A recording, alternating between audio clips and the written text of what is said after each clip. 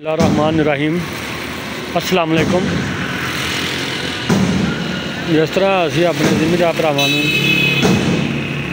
पाकिस्तान ज़ेही इंडस्ट्री के ज़ेहीलात के बारे मालूमात देंदे रहने कोई ना कोई हर आइटम की, ताकि जिमीदार भरावां नूं वीडियो देखने वास्ते आसानी हो सके, तो कोई चीज़ लैनी हो तो आसानी नाल हासिल कर सकन।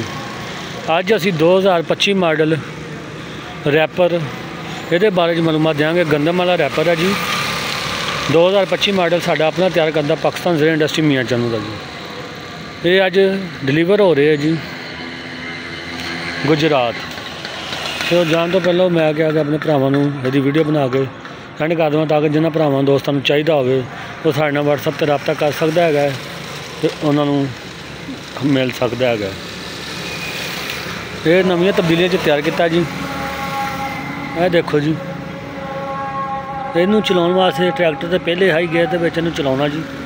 उसकी मुकम्मल उत्ते स्टिकर डिटेल भी दी हुई है जी।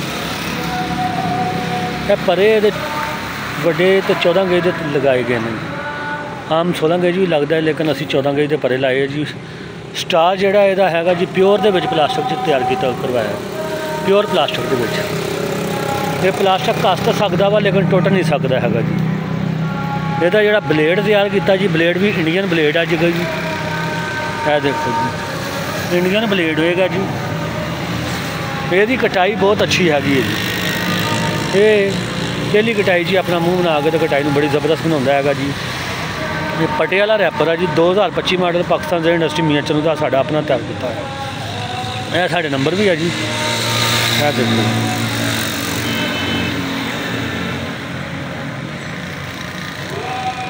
यह देखो ये जापानी बैरिंग इस्तेमाल किए गए जी। इत्थे वड्डी तार लगनी है, वो असीं लाउनी है, हुण मुंडा लाएगा जी। ये गियर बक्से वाला रैपर है जी। पहले केम वाले रैपर होंदे सी, हुण गियर बक्से वाला तैयार होंदा पिया। यह देखो जी, इत्थे भी असीं बेड इस्तेमाल किया है। चैन भी पैंदा है, बेड भी पैंदा है। वो तुहाडी मर्जी है कि जो मर्जी पवा लो। वड्डियां पुलियां ने जी, ठोस पुली है। ब्राकड़ भी अच्छे वाले ठोस ब्राकड़ ने। यह जी प्लेट लगाई गई है, 12 गेज की प्लेट लगी हुई है चादर जी। ये अगले पासे जी चादर लगी हुई है ना जी, ये 12 गेज का फट्टा लगा है जी। यह गेयर बक्सा जी वड्डा, इनू थले केम दे नाल थले एडजस्ट किया जी। आ प्लेट वास्ते कोली लाई गई है, ताकि रैपर थले ना डिगे, ब्लेड जोड़ा सही चले। यह देखो जी, गोटा के नाल पटिया टाइट किया होया वा। इत्थों तुसी अपना जोड़ा वा बैड टाइट कर लेना, पटा टाइट कर लेना। इधरली साइड तो कुछ जोड़ा पटा जोड़ा रह जाए वो इधरों तुसी टाइट करना है जी। गोटा नहीं लगाया गया है जी। ये साडा जी मुकम्मल रिव्यू है जी।